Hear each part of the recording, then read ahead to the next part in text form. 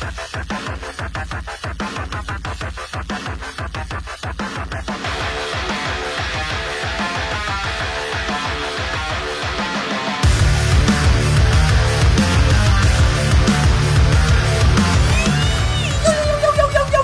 going on? How's it hanging? How's it happening? You guys know this is Kevin from the Chord Progression Podcast. Hey everybody, it's Thursday. It is the 4th of August, and this one, oh my god, there's so much fun to be had in this one. Let me just preface this episode by saying this. Clark Griswold daydreaming. There is a whole section dedicated to a Clark Griswold daydream on this podcast that will blow your mind because it is the concept of a whole entire freaking song. Alrighty, you're not going to want to miss out on this. You know, punk rock, the sweaty style your dad used to slam dance to in someone's basement. Yeah, you're not going to want to miss out on this. Before we get going though, I want to thank our support for this podcast. So I'm going a little bit rogue on this one because I don't have the most up-to-date, like, this is what you have to do, this is what we'd like for you to do, so I'm going rogue on this one. So let me paint a picture for you. Let's go back 2 years to, you know, that scary time called the pandemic, when everything was shut down. And myself, I had to go and, you know, I was constantly running outside. I was running like 7.5 miles a day out there. That's fine, you know, no big deal. But with all that rain, all that consistent running, you want to know what happened to my legs? Specifically the insides of my legs, like right around, you know, right around where your boys hang. Chafing like none other. And it was like, you have got to be kidding me. I didn't know what to do to stop it. Like, I would put Vaseline on there and that, you know, helped it. But like the chafing still was there. Like I needed something that was going to help like take care of that and potentially maybe make that chafing stuff go away. Well, that's when I ordered some of this. Manscaped. They have this thing called the Crop Preserver. It's their anti-chafing ball deodorant. So what this beautiful stuff does is it makes your boys on there, makes them smell pretty good, but also it is anti-chafing. You want to know what happened to my legs after I started using this stuff? That chafing that I had been consistently dealing with pretty much the whole entire pandemic at the start, that shit went away. Like, it was gone. I'm like, oh, this is beautiful. Oh. You want to have the most anti-chafed legs in the world? You want to make sure you're not having trouble down there? Go with Manscaped. The Crop Preserver anti-chafing ball deodorant. Ooh, yeah, you're not going to miss out on any of that. So, you want to know how to get it? Go to manscaped.com. You want a deal on it? That's what we got for you. 20% off and free shipping when you use the code CPP at manscaped.com. You can get the beautiful, beautiful, beautiful Crop Preserver if you wish. You can also get the stuff like the Lawnmower 4.0, the Boxers 2.0, the Crop Toner. I'm trying to think what else you can get there. The Weed Whacker, there's shampoo. There's everything you need to care for your boys down there at manscaped.com. Use the code CPP to get 20% off and free shipping. We're also sponsoring the When We Were Hungry Music Festival happening in Las Vegas, October 20th and 21st of 2022. Man, Memes into Dreams. Will from Modern Day Escape on the When We Were Young Festival dropped. Created a meme. And now that meme has turned into a full-fledged festival that includes artists that we've had on the podcast, like Palisades, like, of course, Modern Day Escape, like Varsity, like Outlier, like Along Came a Spider, like Saving Vice. You want to know who's headlining the first day of the festival? Let me tell you, it's Black Flag. This is going to be like one of the coolest festivals ever if you have a chance to go to it. So tickets are on sale now. Go to whenwewerehungryfestival.com. The link is in the description of the podcast. Remember, Las Vegas, October 20th and 21st. Pancakes in the Pit, Memes into Dreams. Find the guy in the Chord Progression Podcast t-shirt and the brewer's hat in the middle of the pit having a blast. Come join me. Let's have some fun. Now it's time for a feature presentation. So I have Keith and Noah from the band Everybody Gets One on the podcast. And this one's interesting due to the fact that, you know, there's so much good stuff to be had, especially when I said Clark Griswold Teenage Dream song inspiration.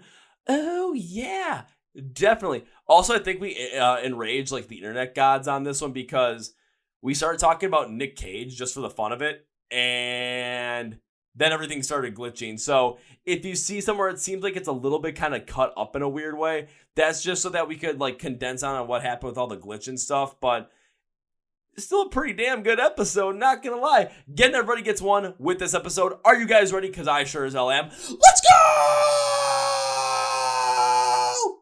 Yeah. Well, ladies and boys and girls, listeners of the Chord Progression Podcast. After our interview with the band Almost Gone, another band from Richmond, Virginia reached out to us, said, hey, we like this. Check out our stuff. And I'm like, okay. And I saw what their style was. It was punk rock, the sweaty style your dad used to slam dance to in someone's basement. I just went, oh, this is for me. So I listened to it, and of course, bing, bang, boom, we're bringing them here on the podcast. They have a brand new EP called 15 Minutes of Lame. I believe I got that correct, right? That's right. Fantastic. Coming out very, very soon. And if you ever watch Family Guy, you know what Spider-Man says. Everybody gets one. So please welcome Keith and Noah from Everybody Gets One to the podcast. So gentlemen, welcome to the Chord Progression Podcast. Oh man, thanks for having us. Good to be here. Thanks for being on, guys. How's everything going in your world out in Richmond, Virginia right now? I could not be better. I think top tier. Living the dream. It's going good. See, I like to oversell it as an optimist, because then if it's really bad at the worst, I'm like, well, it's going all right. It's going all right. It's great.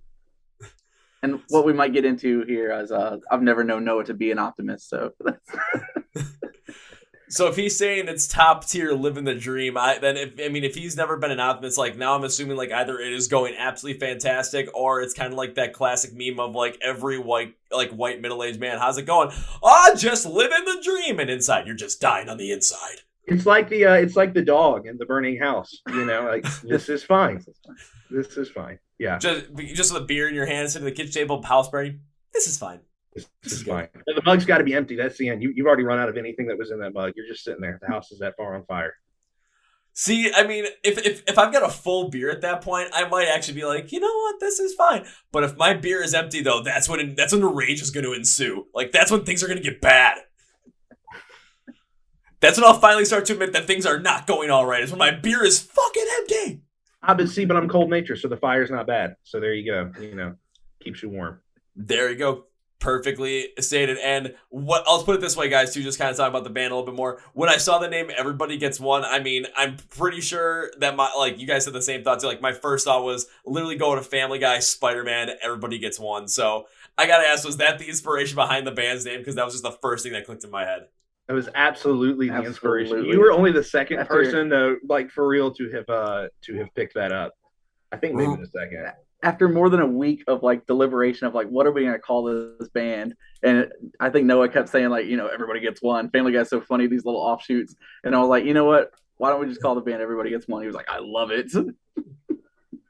I mean, even if you look at it too, just kind of the idea of it's like, okay, it does have more of that collective feel to it. Everybody, you're kind of bringing everybody into it. Everybody gets one. It's okay, kind of have some fun with it, and of course you put your style of punk rock on there. Yeah, it's gonna have more of this feel some fast-paced, fun feel, slam dance like your dad used to in a sweaty basement back in the day. Even though I'm thinking about my dad, I don't think ever really listened to punk rock. He was more the hair metal kind of guy, so wasn't slam dance, and he was in arenas just probably watching guys in spandex and long hair that looked like they wore too much Aquanet. Shout out to D. Snyder on that one, but Hey, there's no shame in that. Every now and again, we might bust out the spandex. You come to one of our shows, you better watch out. Spandex are coming. They might even be multicolored. See, now you say that, but the thing that I think about that, Noah, is if you're going to do that, then I got to top you in the crowd. I got to show up in tie-dye spandex and something, or come in a tuxedo morph suit and just kind of look all classy and whatnot while just throwing down in the pit, because who doesn't want to throw down with the guy in the tuxedo morph suit? Let's be honest. See, here's what we got to do then. We should make tuxedo morph suit merch and have our band name on the back. So you'll get credit for that. That's what we'll do when we put it out. If you guys do that, I will absolutely love to take credit for it. But not only that, but I will absolutely love to buy one, because that'd be awesome to have the full morphs and then all of a sudden on the back, Everybody Gets One. And it's now again, everyone's gonna be wondering, what is Everybody Gets One at that point? I'd be like, oh, check them out. Just go to Spotify, type that in, you'll find out. It's a perfect conversation starter. It is, because outside of the fact that it's you got Everyone Gets One on the back, It's a morph suit and it's a tuxedo. You could wear it to any event. You could wear it to a concert. You could wear it to a corporate function because it's classy enough. It's a tuxedo. You can wear it to a wedding. You could wear it anywhere. It's perfect. It's literally the perfect piece of merch. You should wear it at a funeral, even, I would argue. I think it's the perfect attire, actually, for the funeral, because when I'm feeling really sad, you know what I want to listen to? My own music, because I'm that full of myself. Instead of listening to just go full emo and just like really dive deep and just, where are you? And I'm so sorry. No, you're just going to listen to some good old punk rock and just, feeling good right now. That's actually what I do. I just think, man, I feel really down. What would make me feel better? I'm going to go listen to myself. I'm that self-absorbed. Just go listen to yourself jam out. And then, but what you have to do is you have to listen to it in a basement and just start slam dancing by yourself. That's actually I have a basement dedicated just for solo sad boy slam dances. Damn. It's a spot. But of course, before I do that, I have to put on the morph suit. But after that, then it's all on. It's all on. Keith, have you ever seen this spot? Have you ever been in this spot? Have you ever used this spot? That's where we practice. That's where everything that we have put actually, that's where we record too. We practice and record in the basement over there. You're just going complete DIY with the slam dance pit, man. I love it. Well, and so to get Keith in the zone, if he's recording, I'll go into the slam dance zone, morph suit on, of course, and start slam dancing while he's recording, so that way he can feel it, in his head. You want to make it really put you in the mood.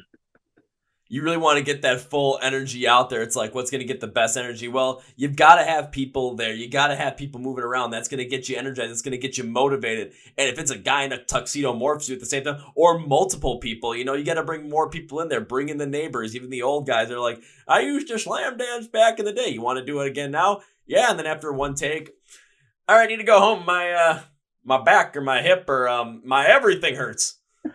But usually you can get one song out of the neighbors. Usually that's the idea. You just like knock on the door, like, hey, do you like Rancid? And they'll be like, I love Rancid. Well, come on over. We got a morph suit just for you. Now the other question is the morph suit, Rancid to match with Rancid? Oh man. Do you have kids? Because that was a dad joke if there ever was one. No, I do not. I am as single as a dollar bill. Oh, there you go. I like that. I'm gonna steal that. Oh, absolutely, go for it. Usually at times too, it's like I've had friends that ask me, and like I usually want to keep a $1 bill in my pocket, and I just go like, I'm single as that, and I just kind of leave it there, just see what happens. See, now you got to do the custom. Did you ever watch the '89 Batman movie with Michael Keaton? I haven't watched it in such a long time. Okay, so there's a scene in the movie where Jack Nicholson's on this float, and he has these dollar bills that has his face on it. So this is what you got to do. You got to get your face on a dollar bill. Boom, pull it out. Single as a dollar bill. That's a pickup line right there. And it has your number on it instead of the currency. Or not the currency, like the serial number. Make it your phone number. These are ideas. I tell you what, man, these are ideas. I've got a feeling like I'm going to create this up, and all of a sudden, I'm going to be coming out to Richmond, Virginia one of these days, because I'm starting to know more bands out there, starting to know more people out there. I got to see you guys play live. I'm going to go out there, and all of a sudden I'm going to start seeing like dollar bills with your guys' face on them with the exact same thing. And my sole response will just be this. Nice. There you go. Perfect. I mean, that's the only response you can really have in that type of situation. Is just like to enjoy the fact that, like this is a great creation right here. It's a great idea. It's a fulfillment of all of it. This show right here. And then pretty soon, I might end up having too many of those and like accidentally try and spend them somewhere. It's like, sir, this is not real currency. Whoops, my bad. It's all right. Then there you go. You'll just leave it with the cashier and be like, if you ever forget your favorite customer, it was me. Because you'll have your morph suit on, which will already make you pretty memorable. Right. But the fact that you're trying to spend a dollar bill with your own face on it in like Target or whatever is in and of itself a memorable experience. So tie that with the morph suit, done. But if you go to our shows, our merch table does take Kev bucks, so it does take Kev bucks. I'm gonna come there with all these Kev bucks. You'll be like, really? You're gonna buy all our merch with Kev bucks? And be like, you said so. I mean, but now I'm thinking about this too. Imagine going up to a cashier like in a Target, got the tuxedo morph suit. Of course, that tuxedo morph suit is going to have the hands covered, so you're going to have the white gloves on the hands. I got to have myself a cane, got to have myself a top hat, maybe a monocle too. I mean, every bit of that's going to stand out, but also go up and say, good day. but that's the only thing you can say, because that's just your response to anything. If they ask you want cash back, like you say, good day. Good day. That's it. That's the way to go about. Okay, enough with morph suits and me creating my own dollar bills now that are basically used to as pickup dollar bills. No, we're not. I think we can move on from that because now I got that idea in my head. I might end up making put them on the website, just like, alrighty, you want your own backup kept bills? Here you go. Of course, if I'm gonna put the number on there, I'm not gonna put my phone number on there to sell it. Like, if I'll put the phone number on my own, then I'll put out there. But on a website, nah, I'm not gonna sell those. I'll sell 555-0123 or something like that. Perfect. Or no, I'll put the Hall & Oates phone line on there. Have you ever heard about that? There you go. Yeah, we're just gonna call the number. I'm just gonna listen to Hall & Oates all day. I mean, I don't even know if that's a bad thing. I'm not even sure I would be opposed to that. Actually, I'm not a world's biggest Hall & Oates fan. No, but if you called that number and you listened to it, you'd probably listen for like a minute, just like for the novelty of it. Just for the head bob, long enough to do the head bob. Long enough, just yeah. You've been to the local shows, the head bob. Just all right. And then they come up to the merch table at the end of the night. Oh man, I really loved your set, and just really I couldn't tell because all you did was slowly bob your head. It's like they're slowly agreeing with everything you're doing. That's exactly right. Yeah. Oh yeah. That's how I'm gonna start taking it now. I'll be like, these people like it so much, they just want to agree with all of it. That's good. You gave me a new perspective. There you go. I mean, it just adds to it. It's going to add more to your energy during a show, add more to your passion during a show. And you see, it's like, okay, people are doing like this, like they are slowly agreeing with everything we're doing, with everything I'm saying. Let's give them a fucking show. Ah! I love it. So jumping into Everyone Gets One. Of course, the punk rock style you guys got going with. What was the influence to go with a style like this? Because it is something like for myself when I listen, I'm like, I have a lot of fun listening to your guys' music. It does have that, of course, feel of, sweaty style. Your dad used to slam dance you in someone's basement. I love saying that line. I can't help it. But it's so much fun to listen to. So how'd you guys come up with this whole entire style? Well, I think we were talking about this actually today. I mean, I think like a lot of, so we're both millennials, right? Which means we were just at the right age for, Blink and Green Day and My Chemical Romance and All Time Low and all that kind of stuff. But realistically, actually, maybe not so much our first EP that we have out, which is called So What, but the EP we're working on now, the 2 singles that are out now, Another Year and Hawaiian Breeze. Really, at least the stuff that I'm listening to, and I think this is fair to kind of tie you into this, are bands like Dag Nasty and Husker Du, the Misfits, the Replacements, No Effects, huge musical influence in that aspect. So really, probably more in that realm, and that's not to say that we, to disparage a Green Day or a Blink or whatever, but I would say probably musically it's more in that 70s, 80s, kind of early 90s. I've referenced them earlier, but like a Rancid or even a Operation Ivy, probably more so than Rancid, really, which I know is like the hipster thing to say. But so I don't know. Yeah, and if you want to go back into like our history, like how we even came to be, Everybody Gets One is really like the fourth kind of effort we've made to like have like a band. Like we've played, this is like I guess the fourth name we've played under, but like back in like the very beginning, just about almost 10 years ago, right, this month, we first like got together. We actually got together through Craigslist, which sounds super sketchy. And so back to that basement, they're like, yeah, we can play music, just step through this little door here. And I was of course a little nervous, these people I never met when we go in this lockable basement and slam dance, but it's fun. And then later that day, Noah and I would go to get Slurpees at 7-Eleven, and Noah was quite younger. He was I think 16 at the 16, time. 17, yeah. So his mom was like, make sure you take a picture of his license plate because you don't know this guy and he could be a creep. And I'm like, you guys had to go down in the basement, like I'm the weirdo. Okay, but when we first got together, we kind of like bonded over like our mutual love of like Green Day. I'm at the age where Dookie wasn't so much a big influence, but like American Idiot was like the thing.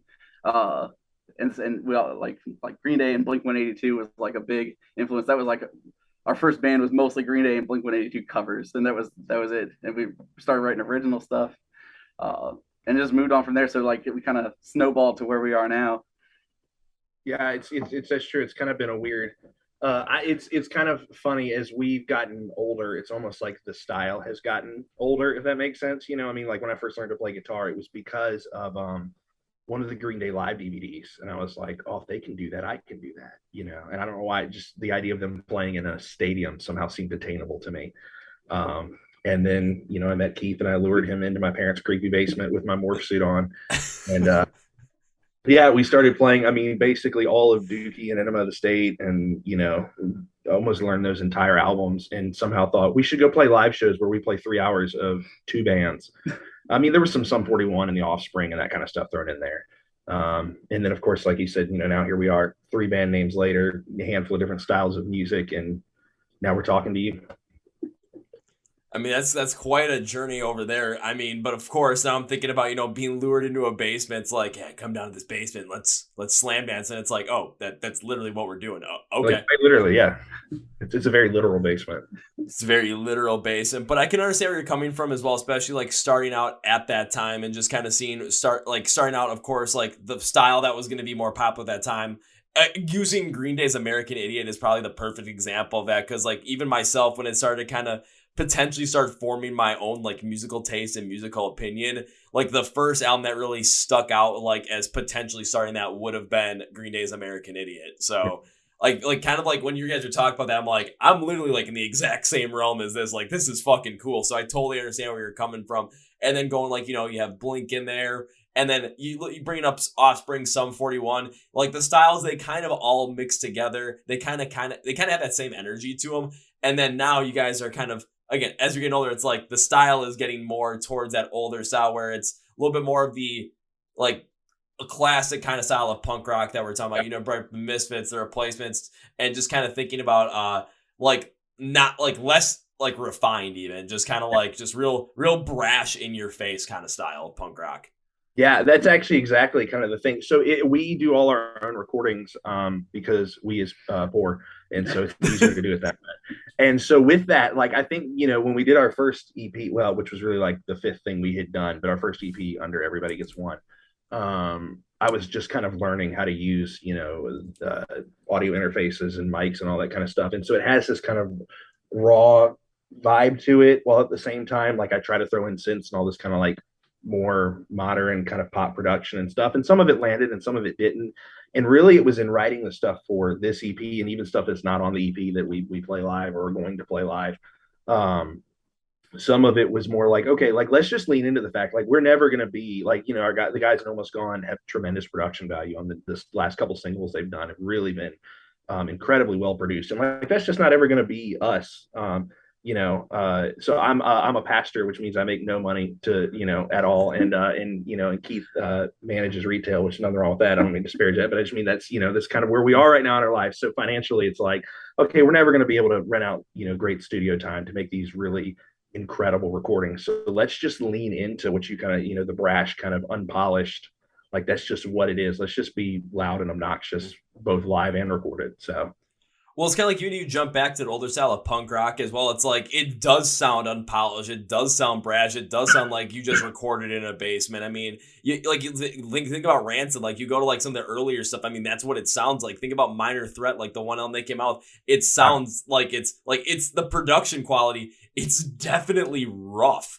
Yeah. But it's like, it sticks out. Like, it has its own charm there because it's kind of like it's unpolished, it's in your face, it's raw, it doesn't take shit from anybody, it has that feel to it. So if you're gonna end up having that kind of like style, that influence, and you're just gonna lean into that, that's a perfect way to lean into it, to also connect with the style and connect with the emotion that style brings forward to people when they think about, like, the connotations behind that style are gonna be more brash, more rough, more in your face, more just watch this motherfucker, just having a good time. That's actually our live show. We don't actually play with real instruments. It's just that's our entire live show. So I don't know who told you that, but that was an incredible impression of us as a band. I'm just going to thank my Magic 8 Ball. I asked it about 5 minutes before we jumped on this call. I just asked if that was going to be the way to go, and it said, you know, Outlook looks good. So I'm like, okay, we're going with that. Yeah, well, the Magic 8 Ball was right. Hasbro has done it again. Hasbro, you magnificent bastards, you've done it again. Unbelievably successful. Can we isolate that and just have it as That's what isolate that go for. Just Hasbro, you magnificent bastards, you've done it again.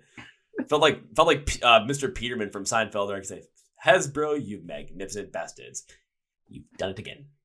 Just leave it at that.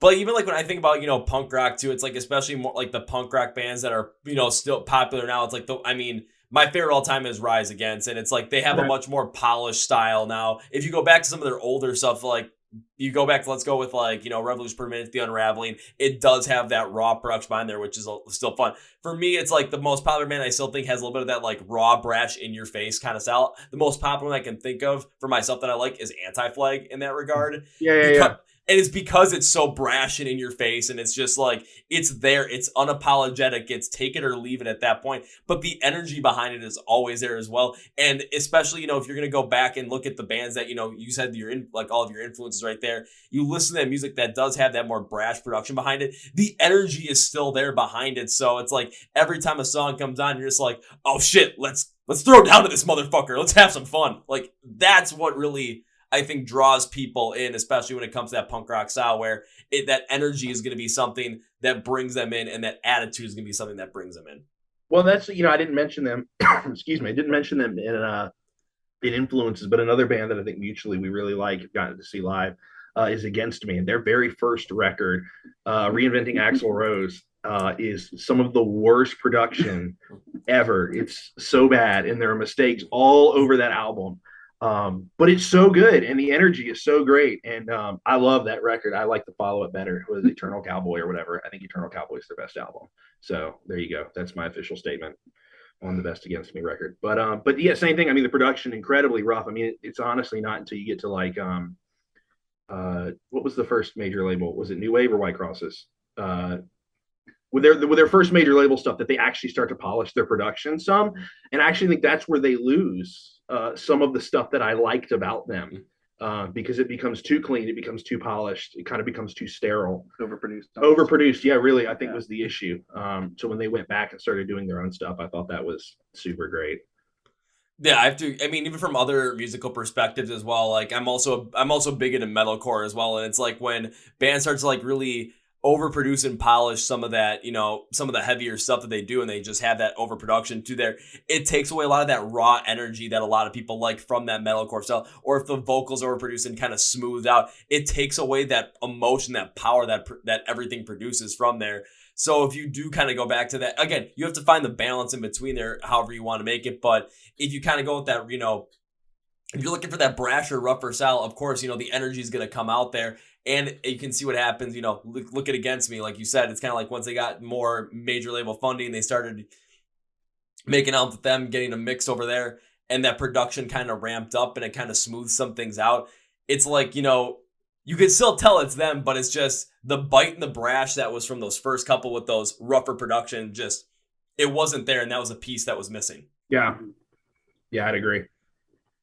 I'm trying to think of like a couple other examples I can think of off the top of my head. And it's like, even like with Rise Against, it was like, as they've gone on, it's like that roughness has gone away. It's been polished, but it's like the style has also changed a little bit as well to kind of keep connected to it. So I still like it.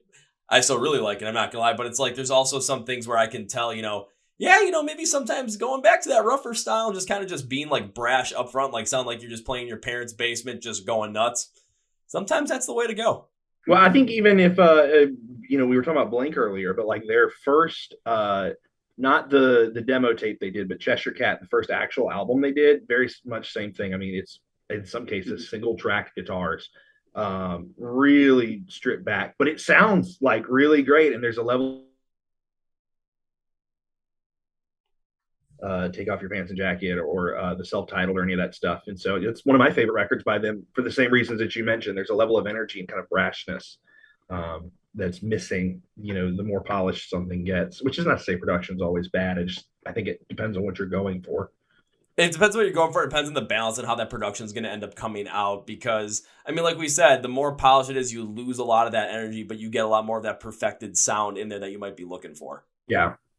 And if you have that perfected sound, it's like, now it's smoother. It might be, at the same point in time, too, more palatable for a radio and a popular audience. But at the same point in time, you might be missing out on some major things at the exact same point as well with that energy. Yeah, no, for sure.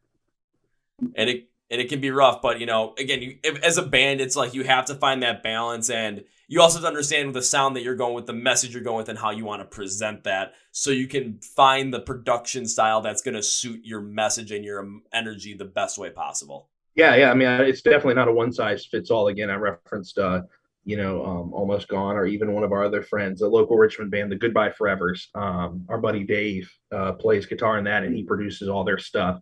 And he's really hit a nice kind of sweet spot where it has a very polished sound without losing a lot of that kind of raw energy. They just put a record out, a month ago, 2 months ago, relatively recently. And it's great, by the way, the Goodbye Forevers. I'm blanking on the name of their album. Hope is Not a Strategy. That's the name of the record. Super good. So everybody should go check them out. Go check them out. The Goodbye Forevers. Hope is Not a Strategy. Go check them out now, because you know what? Well, we might, on my end, I might go check them out. Next thing you know, all of a sudden, a couple episodes after this one airs, all of a sudden, hey, the Goodbye Forevers are on the Chord Progression Podcast. How'd that happen? You can thank the guys. Everybody gets one for that one.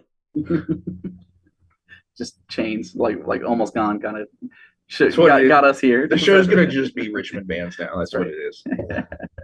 I mean, there was a point in time where it seemed like that's the way that the show was going, because it was just like, it happens in waves, where all of a sudden it was like, at one point it was like, Eastern North Carolina, it was like one every 3 episodes. It was like a band from Eastern North Carolina. It just kept going down that route. I was like, okay, boom, boom. I was like punching holes all over the place. And then there was somewhere, I think it was somewhere out west, all of a sudden it happened. Like maybe it was around the Bay Area. It just kind of started happening. And now all of a sudden it's like, if I've got 2 in Richmond, Virginia, watch, I'm going to have like 6 or 7 in a row. It's like boop, boop, boop, boop, boop. And then move to the next area. There you go. Richmond represent. So good. So refreshing to hear that word of mouth still works in the music industry. Oh my goodness. It does, and I think a major reason why it does is just, I mean, think about this. If someone that just randomly says like, hey, listen to this band, and you don't really know them, are you really going to go check them out just because, someone told you to go check them out? I mean, you might, but the likelihood isn't there. Now, let's say, say Keith, you're just hanging out, and all of a sudden Noah comes in and is like, dude, you got to check out this band. I really like them. I think you're going to dig them. You're probably going to be more likely to check him out because you like his style of music, you respect his opinion on that sort of thing, so you're going to take that recommendation more seriously. Yeah, that's good. Yeah, for sure. Except for the fact that Keith never listens to my recommendations. Keith's back catalog of albums I've sent him, that's like, dude, you need to listen to this. It's got to be 50 albums long at this point. So yeah, I get so busy, like, it's not like I can listen to music like where I work or whatever. So like, if I had the time to sit down and listen, I sure would. But and then, we'll get to the next practice and Noah will be like, did you listen to that album I sent you? I'm like, oh, no, man. Then, dude, I mean, because you said you work retail, correct? Yeah. I mean, you might just have to hack into the whatever music system they're working with and just plug in one of the albums that Noah recommended and just run with it. Yeah. Nobody would notice. Yeah, no one at all. No one noticed going from like Maroon 5 to whatever the hell like Noah's going to end up putting out there. I think that's a challenge now. You got to do it. I think so. You got to do it. You got to make it happen. Just go work at Hot Topic if you want to slam dance at work in retail. I mean, you're gonna buy all the cool band shirts and all the Funko Pops your heart could desire if you ever go work at Hot Topic. That story's changed so much in my lifetime. Oh, dude, I tell you, you want to feel old, go into Hot Topic. Yeah. My younger sister worked at Hot Topic this past Christmas, like for their like seasonal stuff. And I went in there just to like say hi to her or whatever. And I was like, I am ancient now. I don't know who any of these bands are. I don't know what any of this stuff is. I just felt like telling kids to get off my lawn. I tell you what, man. It used to be dark and scary in there. And now if you go in there, only one corner is like dark and scary for like the elder emos. Shit, I don't remember the last time I've been in a shopping mall. So it's like, I might have to go back there and just do a whole video of like, Kevin goes in a Hot Topic for first time in ... some sort of years. I don't remember. However, it's like, okay, what's going on here? What the hell is this? It was a sad experience, though, needless to say. All of a sudden, it's like, hi, what are you looking for? This doesn't look normal. I was expecting to be just like blasted with a wall of just band t-shirts and then next to it just giant racks of studded belts and bracelets. Right. See, I didn't even see a single studded belt when I went in there. I was goodness. like, how am I, okay, I'm a nerd. So this is super obscure. The like pro wrestling Jeff Hardy pants. Yeah. I couldn't even find them. I was like, what Hot Topic is this? How am I supposed to carry 80 things in my pockets if I don't have 80 pockets to carry them in? Yeah, how am I supposed to if Hot Topic doesn't have cargo pants? Yes. What's the point? I don't even know what those pants are called. Actually, I just have always called them Jeff Hardy pants because that's the only thing I know them as. But I'm sure they have an actual name. They probably do, but I like Jeff Hardy pants because right as you said, I'm just like I know exactly what you're talking about. I mean, I want to grab a pair of those pants so I can go slam dance and then stage dive off, like, you know, not just stage dive, but, you know, climb up a ladder and stage dive and just have a good time while also doing a moonsault onto somebody and then potentially, you know, breaking my neck. But you know what? It's for the show, man. It's all part of the experience. That's right. It's all part of the experience. I mean, I might have to go to Hot Topic now and just like demand that they bring those back and act like the old guy. I want them back. I want it back the way it Where are the studded belts? Come on. Back in my day, we had a wall full of studded belts. How am I supposed to buy anything if my wallet's not on a chain? Yeah, I'm trying to think of a couple other things. It's like, I thought you only had black or red or purple hair dye here. I thought that was the only colors. I thought that was it. Oh man, I didn't even think to look at the hair dye. I don't have enough of it. Keith, you could dye your beard though. You could do it. Yeah. You could do like Monsters Inc. though in your beard, the like blue purple thing, and then it would look like Trix yogurt. Ugh. Then it looked like he'll be playing with like just try to eat like a bowl full of Trix yogurt a minute before you guys are supposed to go on stage. Just like stuffed his head in the bowl and just okay, we're ready to go. It'd be the nastiest experience. Like you got to eat a whole pound of Trix yogurt before you can play. Man, I need a bucket. I'd be like, I feel like it's a challenge right there, honestly. That brings up a good point. We have a very interesting pre-show diet for our band. You know, you would hear stories of like Motley Crue being like, you know, make sure you have your 8 syringes of heroin before you play. Noah's is similar, but to a lesser extent. It's like make sure you drink 5 Red Bulls. Well, you need to clarify. I don't do drugs at all. So lest people get the wrong idea here. No, it does not similar. Kind of like in a toxic way push Red Bull and your favorite energy drink as long as you drink one before we play. Yeah, it's and then not to get too personal, but Noah has like diet issues, so he'll go energy drink on an empty stomach and get the shakes and just it's a chaotic experience, which is good because it's punk rock. Oh man, it's not even secretive. I have IBS, so like I eat the wrong thing, I die. So I can't not literally die. I would miss the whole show. I would be upon my porcelain throne. So anyway, I don't eat the day we play because like, you know, I need to be able to play. So yeah, so it's usually like 600 to 800 milligrams of caffeine. Oh. Show happen. Which like I don't know. Can you still be? What's the rules on the straight edge thing now? Can you still be straight edge and drink caffeine? Do you know? Are you like a scene kid? Would you know that? I honestly have no idea what the actual rules of straight edge even are. Like I don't know either. I never used the label because I don't like drink or do drugs or anything. But I don't use the label because if you don't know exactly what you're talking about, be like, hold on, I saw you drink that Rockstar. What are you doing? You got to erase that X off the back of your hand. Yeah, you better take it out. But yeah, I wouldn't say I push. I encourage Don and Keith. Have you guys had your energy drink yet? I would call that pushing. I mean, a time or two I've bought him an energy drink when he's like, no, I didn't bring one. Well, that's right. Hold on, I'll go buy one. Give it a couple of years and it won't be push or encouragement. It'll just be, hey, do you guys need help mainlining your energy drink right now? We're just going to just put it right in there. Just give me the caffeine. You need right there. 6 of them right now. We're just going to pour them in an IV. We're just going to stick that IV in, and it's not going to be an IV liquid. Nope, it's going to be just pure Red Bull. Oh, see, that's a good idea. We should get like an actual hospital bed and an IV of Red Bull and then hook it up to the back of the car and then just be in the parking lot while like the band before us is playing, and we'll just sit there and pump the Red Bull in right in the stream through an IV drip. On a serious note, we do have to strategically plan it out because we know it takes like 45 minutes to kick in. So we got to have an energy drink that kicks in so that we can be our own roadies and load the equipment, and then drink an energy drink before the show so we can actually play. Sometimes we'll play with 4 other bands and we don't have to play till third. So, it's like we're just sitting there and we're like, okay, now my Red Bull kicked in and it's not time to play yet. So we gotta, we gotta time it out.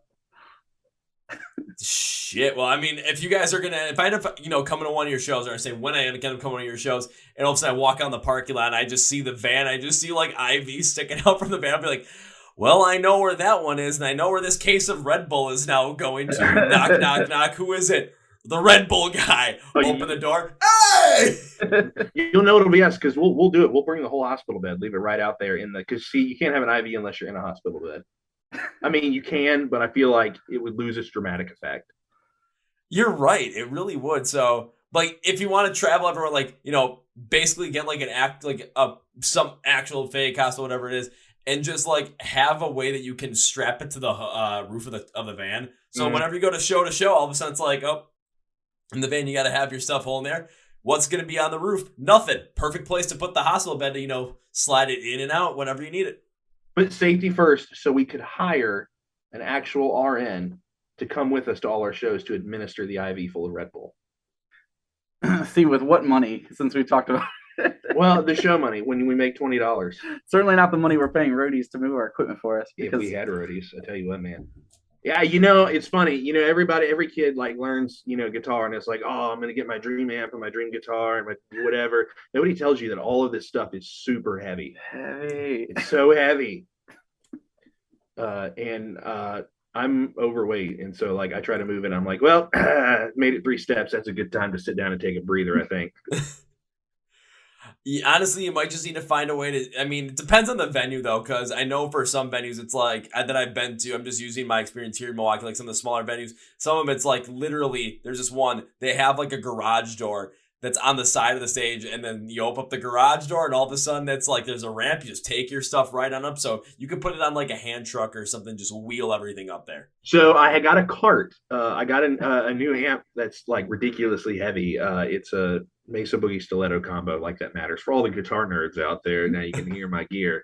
It's so heavy though, like for real. So I had to get this cart for the sole purpose of moving it onto the cart and rolling it. The ramp would be nice. So I'll tell you what, we play this one venue frequently in Richmond a couple times a year, and they're called the Canal Club. And there was a couple of times where they were doing upstairs shows. So now you're having to lug all this stuff up a flight of stairs, and anyway. But shouts out to the Canal Club because we play there a lot and they're very good to us all the time. Oh, they're super great people, tremendously nice. It's like no matter what venue you go to, it's like there's always no venue's going to be the absolute perfect venue, but it's as long as it makes it so the people there are treating you well, it's a good experience. That's going to be what matters the most. Oh yeah, the Canal Club might be the perfect venue. No, I can't say that. I don't want to disparage any other venues because they're all great. Honestly, though, with the exception of one place that we don't even play anymore. Everywhere we've ever played, everybody has been super nice. If there's a sound guy there, they're always really great and super hospitable and really open to helping. And so I literally think we've only ever had one bad experience that we decided to go back to that venue like 3 times.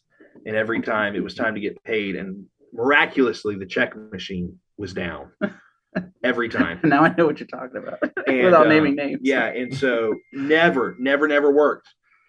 And then one day Don contacted the guy and he was like, hey, I'm going to be on your side of town today. I'm going to come up and pick up that check, and just ghosted him. Never heard back until they wanted us to play there again. And we haven't gone back. It's like, other than that, though, Richmond's been great. That works at the one venue. Hey, we'd like for you to play. We know I haven't paid you the last couple of times, but we'd like for you to play. And then all of a sudden you just got to just, or what you probably would have sent them was a gif of, if it was on an email, a gif of Mr. Krabs playing the world's smallest violin. That'd have been perfect. Just like, I take it that's a no, and all of a sudden it's just, you get the good old Nick Cage meme, like, you don't say. That's how we only communicate with venues, actually, is through gifts. Yeah. That's all we do, yeah. Just any kind of gift, or any, like, is it specifically just like gifts with Nick Cage movies in there? Because that would be it has to be Nick Cage and Mr. Krabs exclusively. So if it can't be communicated with Nick Cage or Mr. Krabs, we won't communicate it. So Beep, Yeah. boop, boop, bop. well, at least fantastic. It's like, well, why are we not going back to that venue? And all of a sudden, you have the Mr. Krabs gift money. And that's it. See, there you go. Yeah. This guy gets it.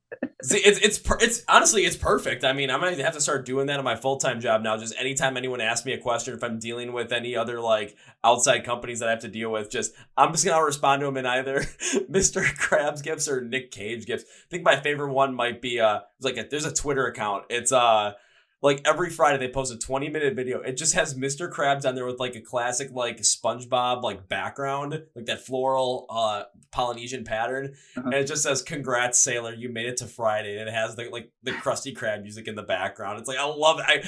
I'm gonna end up sending that to like even like, we need to get this done today. I'll send like, "Congrats, sailor, you made it to Friday." Just have the music in the background. Well, thank you, but that doesn't answer our question. Yes, it does. Oh man! Just always add that. I'm adding that in every email now, just because I kind of really enjoy that. Good. They should. Mr. Krabs makes everything better. And then like Monday, I should have a different one every single day of the week. So Friday's a Mr. Krabs one, but then Monday through Thursday is how my week is going, as expressed by Nick Cage. Yes, but only 1990s Nick Cage. Can I throw a couple of 80s ones in there though, just to be on the safe side? Was there Cage in the 80s? Did Nick Cage? Well, I mean, Nick Cage has been around for hundreds of years, so obviously so. Like definitely stick with the 90s, but like the 180s one I would want is like on Monday. The GIF I would go with was when he did I think it was Vampire's Kiss. I think that was like 87, the one where he like turns into a vampire and just loses his shit. Like, just walking. It was that old. You're right. Yeah. Yeah, just like walking through like the streets of New York, just like with like a plank of wood, just going, or like, "I'm a vampire, kill me." Like that would be my Monday one. Perfect. Tuesday, Kevin's getting angry. "Put the bunny back in the box." Just get like slowly build up that like anger to motivation. Then Friday is just, "Congrats, sailor, you made it to Friday." But then I think on Saturday, then you got to break the mold and use confused John Travolta from Pulp Fiction. If someone emails me on Saturday at work, all of a sudden it's just you're just like oh dear God, that makes it even better. Okay, yeah, that's we've got ideas now. I might even have to institute that with my emails, like when I send out all the podcast emails as well. Just like add all these random things in there, but then it might also come across as like, what the hell is this guy doing? But it also could come across as, this guy likes to have fun. I like this guy. There you go. That's what everybody. This guy knows what he's doing. I mean, he's using Nick Cage gifts, so obviously this is a top tier professional. Obviously, he is in the top tier of intelligence of any human being ever in existence if he is perfectly using Nick Cage gifts for every single occasion. I think we all should use that. I think that Nick Cage gifts should be their own dictionary, and we can just develop a whole new language. Like, remember the hieroglyphs or like the cave drawings and stuff? Yeah. Let's do that, but with Nick Cage gifts. Now I'm kind of half expecting, like, you guys are going to come up with some merch. First off, the tuxedo morph suits, but secondly, now we're going to get, like, every shirt is going to have a different, like, Nick Cage looking thing to it. Oh, you froze, and then you went really fast. But this is part one where the internet decided to freeze on us. Probably because we were talking about Nick Cage too much. All right, back to the show. And now we are back after our talk of Nick Cage basically broke the internet for us. So we're back with Everybody Gets One. Well, maybe we should call you guys Everybody Gets Two now, because this is the second chance we're doing on this video. That's right. Well, instead of just talking, about like just more Nick Cage stuff and potentially breaking this down, let's get into more stuff with the new EP you have coming out. It's called 15 Minutes of Lame. So what can we expect on this EP going forward? What's going on, and what should we be excited for going forward? Because after listening to the two singles you guys have out now, specifically Hawaiian Breeze, that's when I dove deep into, like, I'm excited to see what you guys got coming out on this one. So what can we expect? Yeah, I think it's it's a terrible sales pitch to be like, it's more of the same, but I'll tell you this, man, if you like those two, you might like the other two. No, it was 6 songs that we cut to 4 songs. Handful of different reasons. In part, I think just because, I'd rather take the 4 strongest as opposed to put 6 on there, because that's the expected amount for an EP. And so anyway, so yeah, that's a big part of it. So There's the other two that people haven't heard yet. One of them is kind of our love letter, I would say, musically to Blink and that kind of thing. It's got a very kind of Blinkish riff, very kind of melodic. Does some kind of fun stuff with the drums and stuff. Some of the stuff that's on there, and then the other one is, I would say, is our love letter to really just fast, aggressive, old school kind of the kind of hardcore punk of the the late '80s. And so yeah, so that's really it. And then I mean, lyrically, it's a little all over the place. The first album we ever did was actually well, I should say the second album we ever did was under a different band name, and it was really dark and really serious. And then we did a follow up, and that was really serious because it was post 2016 election, and the whole everybody hated everybody, and so we kind of it was just about this like the punk version of why can't we be friends, but not I mean you get the idea. And then so with the So What, the album we just did, that as well, I mean, lyrically was a little all over the place, but I think leaning a little more on the serious side. And this song has, I mean, serious, songs on it, but I think at the same time, like in the album artwork, kind of portrays this. Like, I think we just kind of wanted to have a little more fun with this, like just, like just summer vibes. Yeah, exactly. Yeah. Really, I mean, which is kind of the idea even behind the album artwork. Like so much of, and there's nothing wrong with this, but so much of punk is angry and serious all of the time. And again, there's serious songs on the record. One of the songs lyrically, the music was written, but the lyrics actually got redone about some of the recent school shootings and some of the mass shootings that took place earlier this year. That probably being the most serious song on the album. Hawaiian Breeze is on the total other end of the spectrum, really kind of your fun kind of boppy summer anthem was kind of the vibe with that. So yeah, because even like when I got a chance to look at the album artwork, I know you guys had posted on social media the EP artwork. Like I just kind of looking at the style of it, what it kind of reminded me of was like when I was younger, my brother was really into like ska music. Like that was his favorite fucking thing. And we listened to a lot of like Less Than Jake. So like seeing kind of the artwork style and kind of the vibes around there. When I look at the EP artwork for 15 Minutes of Lame, I'm like, I'm kind of getting that like vibe there where it's a little bit more on the fun side, a little more on the flowy side, like not as serious as a lot of these other punk tracks have been. Like we were talking about, release something after the 2016 election, because a lot of punk bands that released something around that time, I mean, the raw anger and just this ferocity that was coming out of there from all the seriousness was so heavily rampant. And I understand why, but at the same point in time too, it's kind of, everyone's being so serious at the exact same, at that time. Sometimes people are just looking for maybe a way just to escape that for a little bit, just a minute, just so that we're not so consumed by being so serious and being so focused all the time. Yeah. No, I mean, really that, and I think that was kind of a big part because even when we did, the name of the album was called Brass Tax, TAX. And that was before we were Everybody Gets One. Right. So that was under a different band name, but even that was, I mean, again, almost that whole album came out of like the fallout from the 2016 election. So yeah, I mean, really, I was gonna say it actually was probably even less about the election itself and more like, I joked about why can't we be friends, but like, come on, guys, like let's get this together. Because, I mean, one way or another, again, we're not in any way trying to get political, regardless of how you felt about the situation, agreed or disagreed. I think what I was more frustrated by was all of a sudden everybody hated each other out of nowhere. And I shouldn't say out of nowhere. I mean, it was probably brewing. You can trace it back to the late 80s. You get into my rabbit trail of American culture. Anyway, but it seemed really intense. And so kind of our idea behind that was, okay, well, like, let's write a record that's like, okay, hey, listen, like I hear you and I hear why you're so frustrated and I get you. But like, maybe we can find a way to talk about this, like people. And so that's was kind of our approach to the whole thing. Of course, that album is lost for eternity. We were on a label at the time. Great guy. Raven Faith Records was the name of the album. Kelly Turney. What's that? You said the album. The name of the label. Yeah, that's no. Raven Faith Records was the name of the label. Right. You said album. Oh, sorry. Was the name of the label. Raven Faith Records was the name of the label. Kelly Turney was the guy. He's a good dude. But the label went under, and with that, the music that we had kind of got pulled off of streaming. Yeah, that they had the rights to was pulled off of streaming. And so Brass Tax is lost to the internet. Lost to the ether of the right. Digital age. Somewhere on Al Gore's internet, it's still out there, but it's not there right now. So anyway, yeah, so that was it. So with this one, I think the idea was like, okay, yeah, sure, we've got a serious song on it, I mean, and some of it, like one of the songs that's not out yet, legitimately was written about at the time that I wrote it. I was still living with my parents and had expressed to Keith like just a lot of, just to be honest with you, a lot of embarrassment and a lot of shame of being like 25 and living at home. And not that there's anything wrong with that. Every situations are different. I think I was putting undue pressure on myself. And I just felt stuck. And like, man, like, is this the rest of my life? And of course, then the economy, it gets what it is to be and everything. It's impossible to try to do anything in apartments, an arm and a leg and your firstborn child, for a 1-bedroom studio that doesn't have a wall or a roof.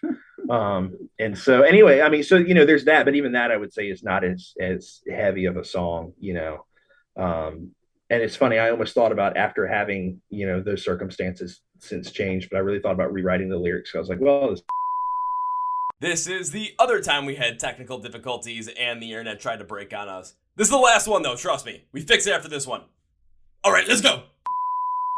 One thing I'll jump into is kind of like you were talking about, like on one of these songs, like you were expressing a lot of things around, insecurities that you have, living with the parents still at 25 and putting a lot of pressure on yourself. And okay. I think that's something a lot of people can end up relating to in a sort of way, just because taking a look at where we are in the world right now, especially like anyone that's in their mid to late 20s right now, it's not the easiest time to go around there. If inflation's running rampant, housing prices are skyrocketing, rent is just astronomically stupid for some places, and it feels like, we know where our parents were at our age. We know where people that were just a generation before us or 10 years older than us were at our age.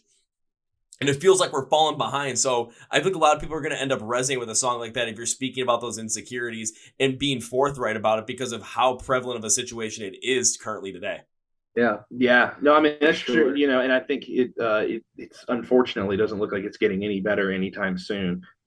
For sure, especially like, down the road, kids are going to read in history books about 2020 the way we look at like the Great Depression. Like it was a traumatic event we all came through, and like so we're all still dealing with that. Like that's something we I guess comes across in our newer stuff too. Well, I would even say especially stuff like Another Year. Yeah. And it's like, and I mean, of course, at the same point in time as well, you're gonna want to be serious on some of the songs because when it comes to music is kind of like that.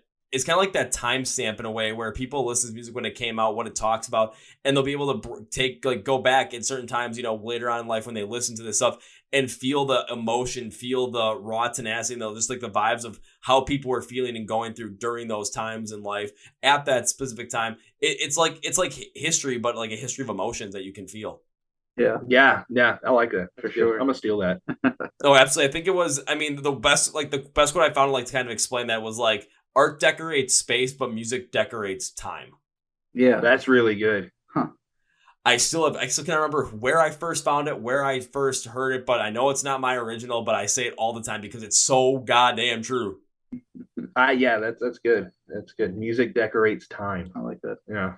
Well, because even think about it, it's like there's probably songs that you guys, I'm not talking about just the songs that you've made, but the songs that you really enjoy and the songs you really connect with, like when you listen to them, like they take you back mindfully to a certain point in time. They take you back to a certain like time in life, certain emotion in life. And it just reminds you of that time and kind of transports you back to that specific space. And you can feel those emotions all over again. And in a way, it's kind of like study them and like figure out more about yourself just by doing that. Yeah. Oh, yeah. Well, I mean, it's kind of like one of those things that and this is a cliche fact, you probably know this. I saw that. We all saw that. Dementia patients, though, one of the things that triggers their memory better than anything else is songs. If you play a song that was a favorite of theirs when they were a teenager or a young adult, and so I mean, I think that's even an experience we had. Like you were saying, even as right now, 20 somethings, right? Like going back and listening to, whether it's something, an old Green Day song or whatever the case is, right? And you're like, oh man, I remember being, 14 years old when this was the coolest thing I was ever going to hear in my entire life, or whatever the case is. Yeah, like even like I kind of look at it myself, like every time I hear Inside the Fire by Disturbed, I still remember my because I went to a Catholic school, my 8th grade religion teacher asking if I was like okay and if like I needed help because I was going to turn into a demon child. I'm just like, no, I like Disturbed. I just really like going leave me alone. Pretty much, yeah. It was like, just let me go, wah, and just leave it at that. And then it was also kind of funny too, because they kept trying to like get me to listen to like more Christian music and like, this might fit your kind of style. This, you might like this. And it was just like all like the most contemporary Christian rock you'd ever hear. I'm like, no, I'm diving even like further down this rabbit hole. Like, leave me alone, please. There used to be this site when I was a kid. So yeah, I mentioned earlier, a pastor or whatever, but as a kid, somebody had referenced, you should go to, knowing that I enjoyed, Green Day and Blink and that kind of stuff. I can't remember what the site was called, but it was basically like Christian alternatives. And it was like, oh, you like Blink-182? You probably would really like Skillet. And it's like, man, that is about the farthest comparison in the world. Yeah, no, that's a whole nother. I tell you, when you get me on a soapbox, is the fact that Christians have dropped the ball in the art world, but that's a whole nother conversation for another day. I'll say honestly, man, if we want to go into that, like we do a whole nother podcast on that, because I'm not going to lie, that is something I would absolutely love to just dive as deep as possible with you, especially like, I mean, I went to a Catholic grade school, middle school, Catholic high school. So I was seeing that, straight up like for 12, 13 years, completely growing up. So it's like, again, seeing how art is represented, like, especially when it has that focus there, my God, is it just like, just doesn't hit at all. And there's so many things we go off on that, but we can do that on a completely different podcast. I would love to talk to you and pick your brain about all of that. We'll start a whole new show, Wearing Morph Suits, just where we talk about bad Christian art. It'll be called Morph Suits. That'll just be the name of the show. So that way nobody knows what it is when you click on it. Bad religion. You might get sued for that one. Okay. I don't know. If as long as we're listening to Bad Religion the whole time, that might end up like just kind of going along with everything. It just might fit. But the background, and then I'll shut up. The background's got to be a green screen with Nick Cage Gifs on a roll in the back. But I shouldn't say that because Nick Cage is going to come through the internet and destroy the stream again. So yeah, that's right. Yeah, but let us not anger the cage. Rattle the cage. There we go. Nice. But because of course, like one song I did dive deep into is one of the singles that's right now with Hawaiian Breeze. So when it comes to this song, one thing I always like to look at some of these songs is to kind of attach, like, that music decorates time. Is, first I like to figure out, like, understand what the meaning of the song is, like what the story is, what the message you're trying to portray is, because a lot of times, like, that message, you can feel that message, you can understand that message when you listen to the way the vocals are sung, when you listen to the patterns that you hear, when you listen to the way the instrumentals are tuned and how they drive forward. So when it came to Hawaiian Breeze, when it came to writing the song lyrically, inspirationally, what was the meaning behind the song? I wish there was some really deep meaning. Like, I wish I could be like, it was about this one summer that I had, and I just had to record it in music. I had to write it down. I'm gonna tell you straight up right now, the music was written well before there was ever lyrics. Keith and I wrote it in the infamous basement. And the idea legitimately was, there's a story, Mark Hoppus and Tom DeLonge, where they wrote one of their records, and the record that like Rock Show and First Aid are on, and they played the whole album for them, which the rest of that album is actually relatively dark. And the label was like, I don't hear a single.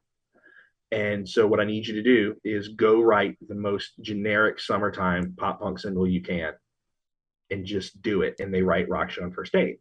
And so I wish, again, there was some kind of deep story, but it was legitimately like, I was like, okay, what sounds like decent summertime kind of fun lyrics? And that kind of turned into, if you've ever seen the film Vacation. National Lampoon's Vacation? Yeah, National Lampoon's Vacation. Okay, oh, Chevy yeah. Chase. All right, yeah. You know the girl in the Corvette? Yeah. Hey, do you know the scene where Chevy Chase is dancing with the sandwiches? Yeah. So in my mind, as I'm thinking about these like summertime lyrics, Chevy Chase is imagining what his life would be like if he ditched his family and ran off with the girl in the red Corvette. And this is a song about Chevy Chase's imagination and the girl in the red Corvette. That's what the song's about. So, yeah, what you probably should understand about our roles in the band. Don is great at booking shows and playing bass. He's the real adult. Noah is a great songwriter, and then I just get creative input and like get to like be like, the drums would sound nice if they were like this on that. So Noah's the songwriter. So yeah, he's definitely But I think you understand. Keith writes a large chunk of the harmony pieces and has some really great dynamic ideas that I would never think of. Like, well, what if it did this thing here? And you start scatting at each other like boo ba da ba da. So really is great at that. So yeah. I'm kind of stuck on this whole entire like Hawaiian Breeze Chevy Chase of like Clark Griswold imagining his life without his family. Like I am blown away by this because like when I went to the song, like you're saying like you didn't have like that like deeper meaning behind it. That's what I found in like my meaning of the song. Like, and I went and dove deeper. Like I found a deeper meaning to it. I did not think of just simple Chevy Chase imagining his life with the girl in the Corvette and like Ellen and Rusty and Audrey just like non-existent. Like that's just. Well, I mean, if it means anything, there was a level of deep thought because if you'll recall in that movie, they lose all their money at one point, and they have no funds, and the bank won't let them cash the check or whatever. Which is why, for real, that's the reason why there's the line in the song, $50 in my pocket and a half a tank of gas.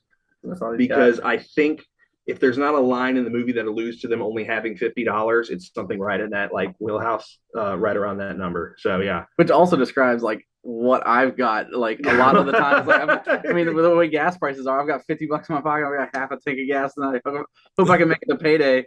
Like it's like I have to push this thing to work. Push. Ah! But yeah, so it was kind of like not to dive super deep on the Clark Griswold thing, but it was almost like okay, let's take in particular, which is the movie doesn't necessarily portray it this way, obviously, the pool waitress and all that.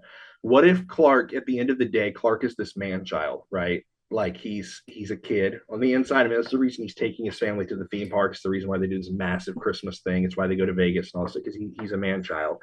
And so his dream about this girl isn't inherently inappropriate. It's not like he's some kind of creep. He has this like teenage dream of like he's not thinking of anything that you would consider to be offensive or inappropriate or whatever. He just wants to go hang out with this girl as though she's his high school crush, and they're just going to drive around the United States together like in love with each other or whatever, solely because of there's this look that he gives her in the movie. I had seen the movie right before I do this, and then later on in the film when he meets her at the hotel and he creates this story that he's the it's his brother's wife and kids or whatever, and he owns the hotel. And in my mind I was like, what if that's not the first story that he came up with?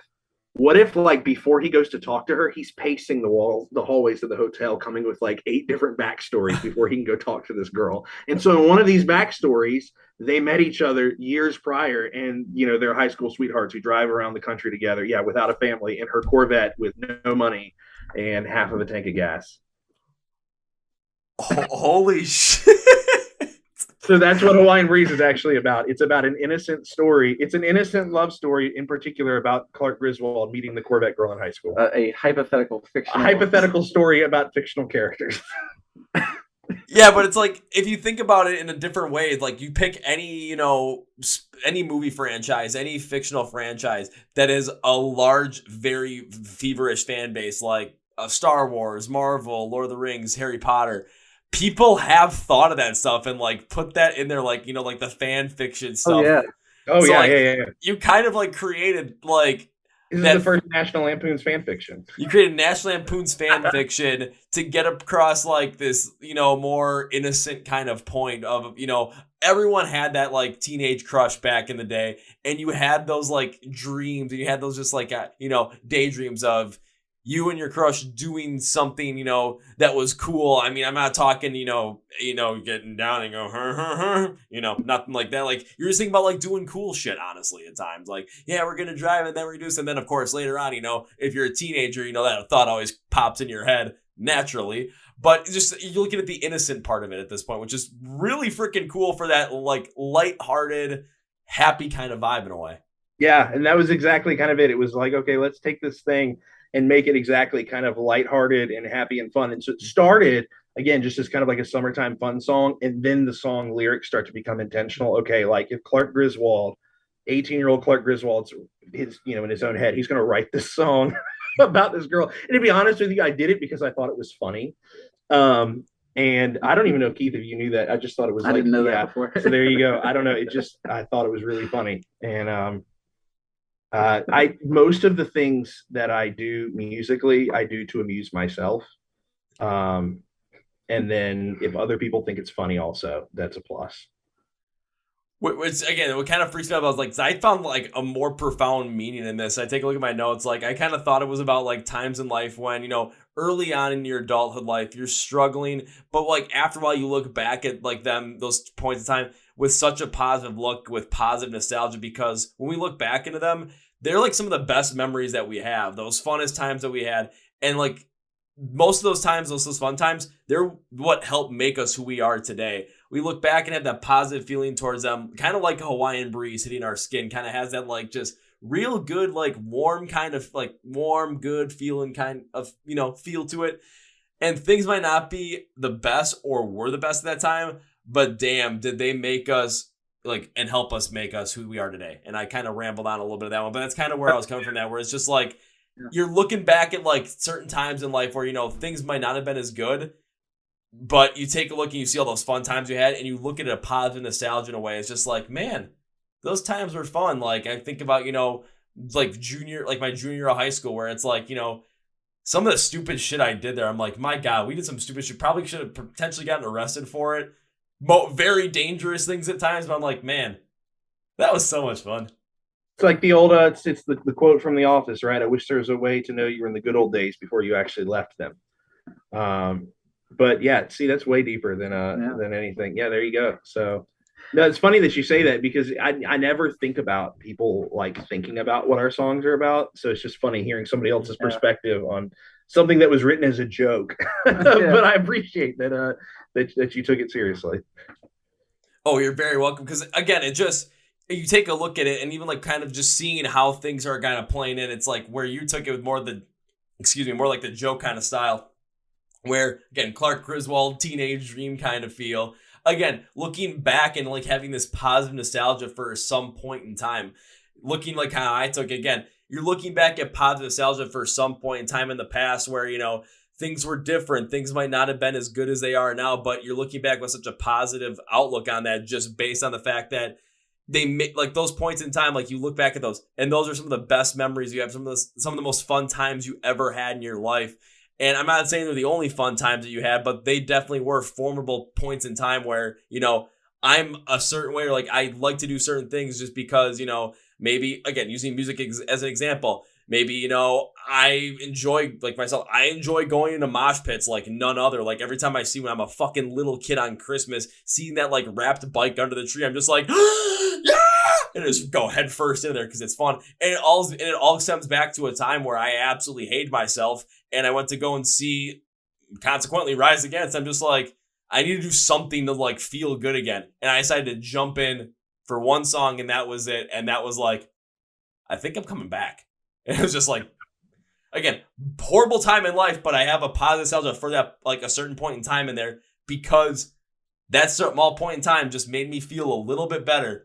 And now I take it with me every single concert I go to. It's like, let's fucking go. Well, and it's funny, the little things in life that kind of turn into these, like you said, these huge, you know, the first mosh pit experience, you know, and I don't know. Yeah, that's good. Well, it's funny. There you go. So I'm going to steal your reason then. That's going to be our new reason for Hawaiian Breeze. That's the story behind it. It's super deep.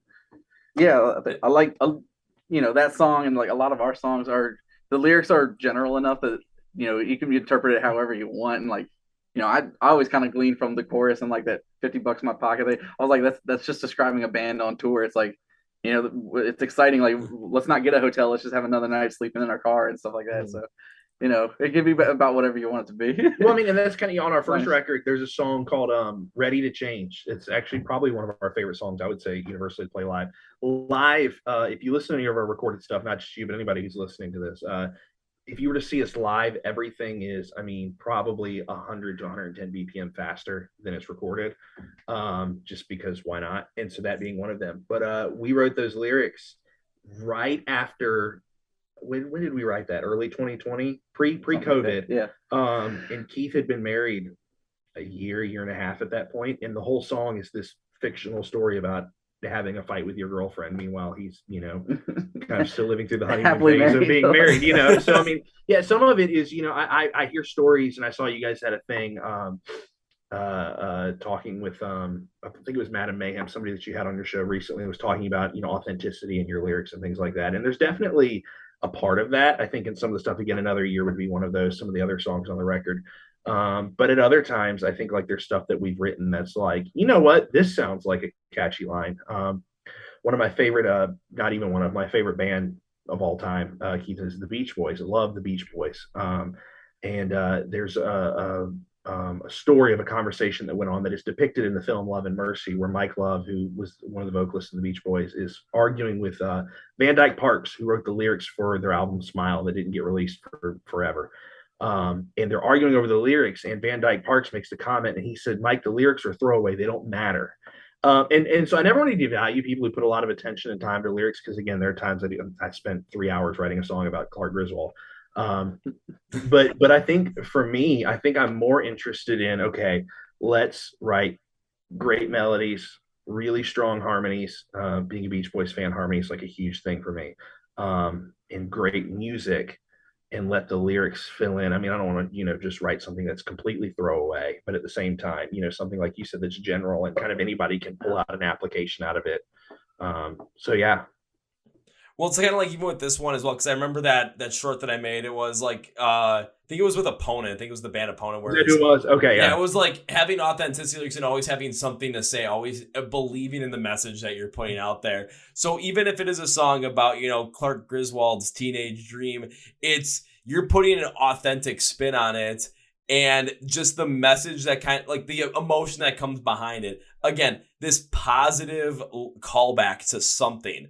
Especially when you think about it too, because at that point, like the scene that you're referencing too, when kind of like the good old sandwich scene where all of a sudden, you can dance and all of a sudden, kind of getting that idea in your head, like the memory in your head, it kind of takes you back to a certain point, again, going back to a positive sales point, because he's going from, having a family and kids to basically, hanging out with driving, going across country with his high school sweetheart in a way. Yeah. So you're kind of doing that call back feel to a positive emotion.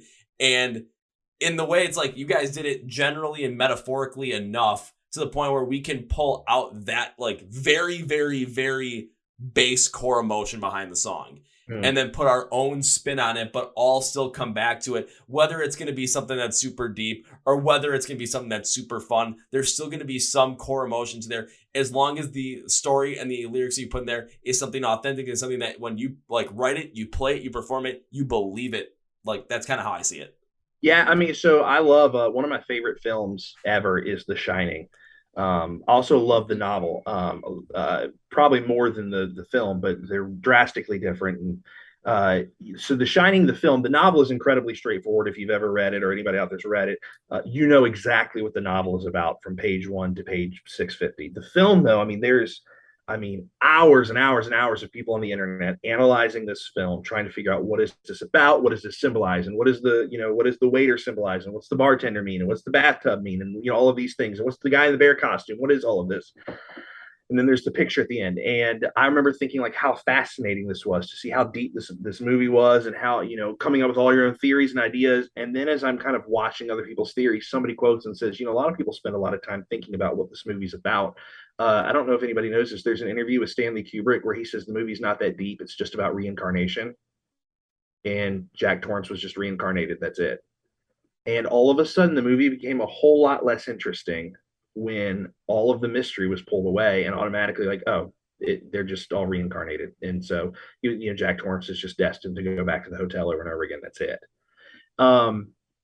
And so in the same way, I think about, the story of Pearl Jam, right? Why Pearl Jam refused to do music videos for so long was because they never wanted anybody to have an idea in their head of what the song was about. It was always for the listener. And so really, I think that's, if what you draw from the music is something that means something to you, I think that's, that in and of itself is something special and unique.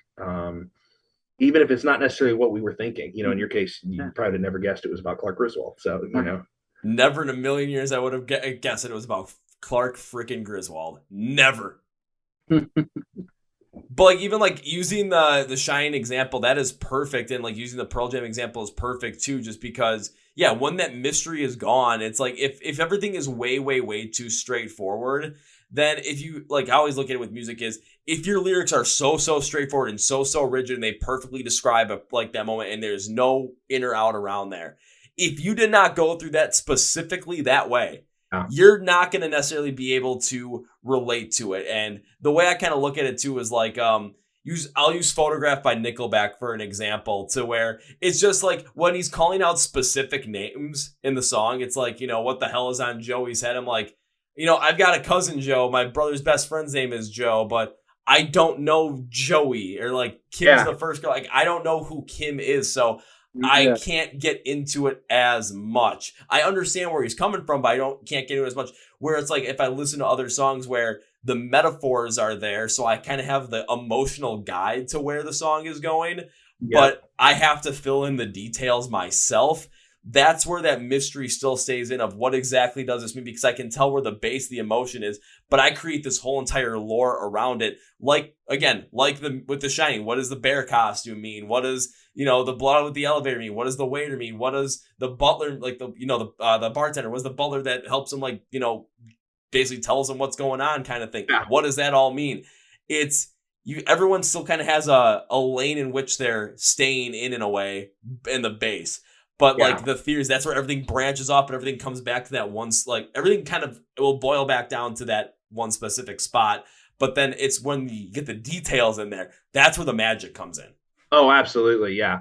Yeah. You know, and I talk a lot. If you ever see us live, we for an hour set, we probably play. We have a tendency to run over. We only run under like once. We try not to be that band, because nobody likes to be the band that like you play after them. You know, like, these guys played an hour 10. If we play an hour 10, probably 30 minutes of that is me talking too much. But you referenced Photograph. There's a great song. It's not my favorite thing, but I can appreciate some country music every now and again.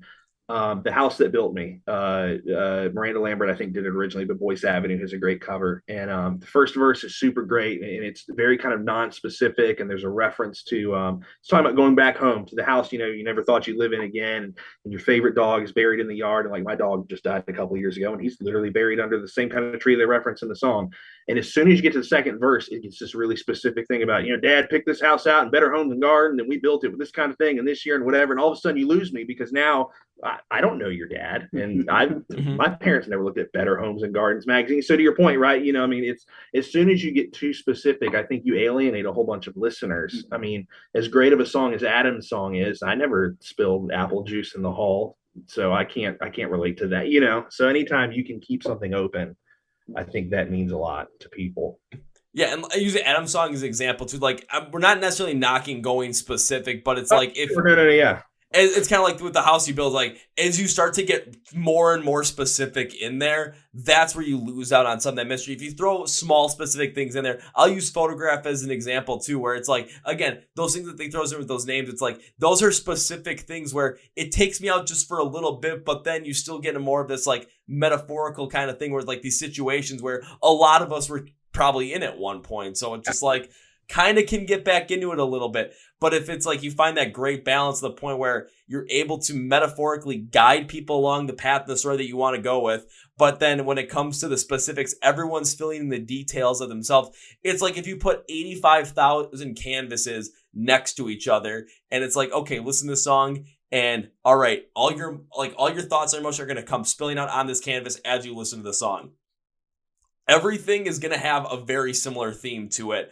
But then you're going to look at all these canvases, all these different pictures, all these different, like, art, paintings, drawings, whatever it is, and everything's going to look different. Everything's going to have its own personality to it. Everything's going to have its own vibe to it. But the emotion at the core, that's going to be the consistent thing all the way throughout. Yeah. Wow. Yeah, that's good. Have you ever seen, like, those ladies that do, like, the wine and paint night? Like, yeah. Like they all try to, like, paint, like, the same picture off of, like, whatever, like, whoever's teaching the class. But then they always take that group picture where they turn around what they've painted, and, like, it's all a little different. Like, you know, they all kind of did their own thing with it. That's kind of what it is. It's like, it's all the same idea, but it's different, I guess, perspectives. Mm. Yeah, it's like it's wine and paint night basically, but I think definitely a lot more detailed and a lot more intrinsic, because instead of just trying to paint the same picture, we're basically painting the same emotion, but we all relate to all these different emotions, all these different experiences so differently based off of what we've gone through in life.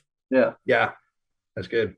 And that's what makes music a beautiful thing, to the point where I can get a pretty deep meaning out of a song about Clark Griswold's teenage dream. And I absolutely love it. So at that point in time, one thing, everyone, don't forget 15 Minutes of Lame. When that EP drops, go and enjoy it. Please. Please do, because I'm going to. It's coming soon, 2-3 weeks at most. Yeah. So I can put on the banner, coming soon, very soon. Very soon. That's right. Perfect. Well, Keith, and Noah, as we bring this podcast to its conclusion, one thing I always like to do is give you guys a chance to say whatever you want to say, plug whatever you want to plug, promote whatever you want to promote at the end of the podcast. So, gentlemen, the floor is yours. Oh, hold on. Keith's got something written down. I've prepared statements. Keith has a prepared statement, and then we just have something that I don't know. Yeah. What you got? Yeah, you go. Let's see. All right. Yeah. Where's my shout outs? Okay. Yeah. So, yeah, we already shouted out the Goodbye Forevers. Definitely check them out. Another band we always play with and is always great to us is After We Pray, and that's Praey, After We Pray, and Lokias, Loxias. Of course, the Canal Club is a venue that's always good to us, we've talked about, and another venue around here is called Another Round. Always great to us, so shout out to all of them. Yeah, I'll leave you with this. We try to, and you can find us all obviously all over social media and stuff. We always I say always, we've done a handful of shows this way, if I can remember it, a handful of things. If you remember anything we talked about tonight, you matter, the gospel is true, you should absolutely get vaccinated for COVID-19. Like, seriously, please do that. And you're important. And so, be good to each other. And that's kind of the thrust, gospel is true, you matter, get that vaccine, and, be good to each other. Yeah. Like the way you ended that, sir. So now it's time for me to end this podcast with 3 very specific things. First things first. Yeah, 15 Minutes of Lame. The EP from Everybody Gets One is coming out soon.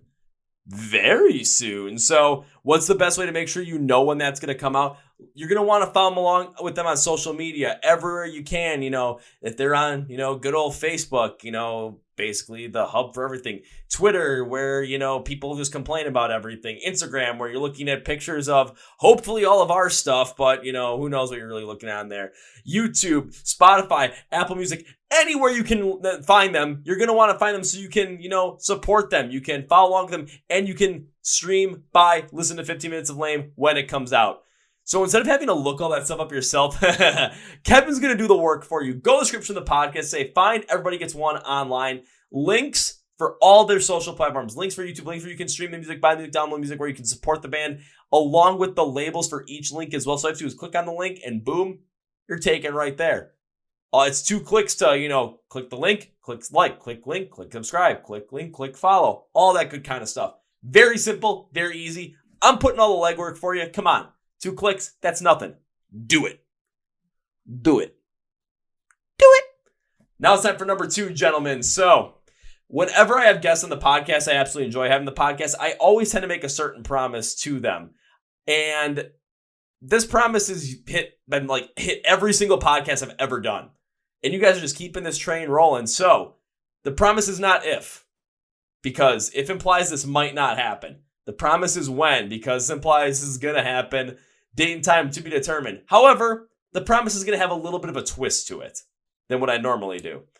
So, normally the promise is when I get to see you guys perform live for the first time, first round's on me. However, like you said, Noah, you don't drink. So, let's change it up a little bit. When I see you perform live for the first time, I'm just bringing the Red Bull. Perfect. Yes. I love it. I love it. So I'll find you guys all of a sudden. It's like, okay, you just got to look for the IV or the hospital bed outside the van. Just knock on the door, just the da. It's like, who did that? Red Bull, man. And it's just like, oh shit, it's Kevin. It's Kevin. What? He brought us a Red Bull. And you just open the door, dude. Just grab the Red Bull, slam the door, open back up. See you inside. Okay. And then you guys go on stage, start throwing down. All of a sudden, the pit opens up, and then it's like, okay, where's Kev? He's in the middle of the pit. Yep, I already see him. He's having a good time. Oh yeah. Maybe had 1 or 2 Red Bulls himself. It's the only way to enjoy the show. I'd be thrown down like crazy. I usually go to the show. I usually don't do that much caffeine. It usually doesn't agree well with me. Get the jitters really badly. Before a show, though, oh dear God, I might be thrown down even harder than, possibly could imagine. If I get 2, though, heart attack might happen. I'll go with 1.5. That'll be the good one. You got to build up your tolerance. That's what it is. Tried that one time. Did not work out very well. Well, Keith, Noah, the third part of my closing this out is I cannot end this podcast by saying goodbye because this is a lot of fun. Internet be damned. This was a lot of fun. Don't get me wrong on that. I would love to have you guys back in the podcast. No, because we talked about, that whole entire thing with, Christian media doing a very bad job of a lot of this stuff. Christian art, all that stuff. I'd love to have you back in the podcast and really dive deep into all of that if you would like. Absolutely, yeah. Keith, love to have you back in the podcast as well. Love to have Everybody Gets One back in the podcast. Plus, I'm going to go see you guys play live at some point. I got to bring the Red Bull to you guys. I got to be the delivery guy on that one. So I can't end this with a goodbye. That is way, way, way too final. So we end it like this. I'm going to say this, gentlemen. See you later. See you later. See you later. Well, folks, it's been an interview with Keith and Noah from the band Everybody Gets One. Once again, when it comes to find Everyone Gets One online, you're going to want to go to all their socials. You're going to want to find them on all, YouTube, all that kind of stuff. That you can stream their music, Spotify, Apple Music, all that good kind of stuff. So, in order to support the band and make sure that you check out 15 Minutes of Lame, the new EP when it comes out very, very soon. Go link search for the podcast where it says find Everybody Gets One online. All the links will be there. The labels will be there. Click like, click share, click subscribe, click follow, click listen. All that fun stuff. Support Everyone Gets One. Along with support the Chord Progression Podcast as well. You can find us on social media, Facebook, Twitter, Instagram, and TikTok as well. And go follow us there. All the links are under, find us online in the description of the podcast. Please make sure you also subscribe to the Chord Progression Podcast. We are on YouTube where you can watch all this stuff. Apple Podcasts, Spotify, iHeartRadio, Amazon, and wherever else you might be streaming this podcast from as well. Please give us the subscribe and the like and the follow, all that kind of stuff. If you already are, thank you. Seriously, thank you. If you are not and you're going to subscribe right now, thank you. Welcome to our family. If you are not subscribing, you're like, I'm not going to subscribe right now. Can you reconsider, please?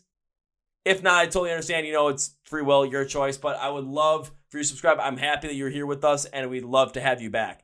I also want to make sure that we call out the support for the podcast. Once again, remember, Manscaped. Look at that. Ooh, yeah. I keep talking about the crop preserver. This stuff is like the best to make sure that you don't chafe down there and make sure your boys smell good. So you can pick up some for yourself and get 20% off and free shipping. Use the code CPP at manscaped.com. Also, don't forget we're sponsoring the When We Were Hungry Music Festival, October 20th and 21st of 2022 in Las Vegas, Nevada. Tickets are on sale now, so go get those before they sell out. And again, Black Flag is headlining day one. How? You're not going to want to miss out on that one, so go get your tickets. Link to the podcast for When We Were Hungry Music Festival, whenwewerehungryfestival.com. Ooh, yeah. Thank you, Keith and Noah from Everybody Gets One. Noah, you will be back on the podcast again because I really, really want to dive deep and talk about all that stuff in regards to, where were we going to go with that? In regards to bad Christian art in terms of like getting like music, all that kind of stuff, like how it's just not as good as some of the other stuff that we're seeing. Just dive deep in that. I can't wait to dive deep in that concept. Give it about a month and a half, everybody. We'll be doing that once again. It's going to be a lot of fun. So on that note, that's going to be for the guys who watch these to the Chord Progression Podcast. My name is Kevin, and you guys know how I end every single one of the big, healthy, and hearty. See ya!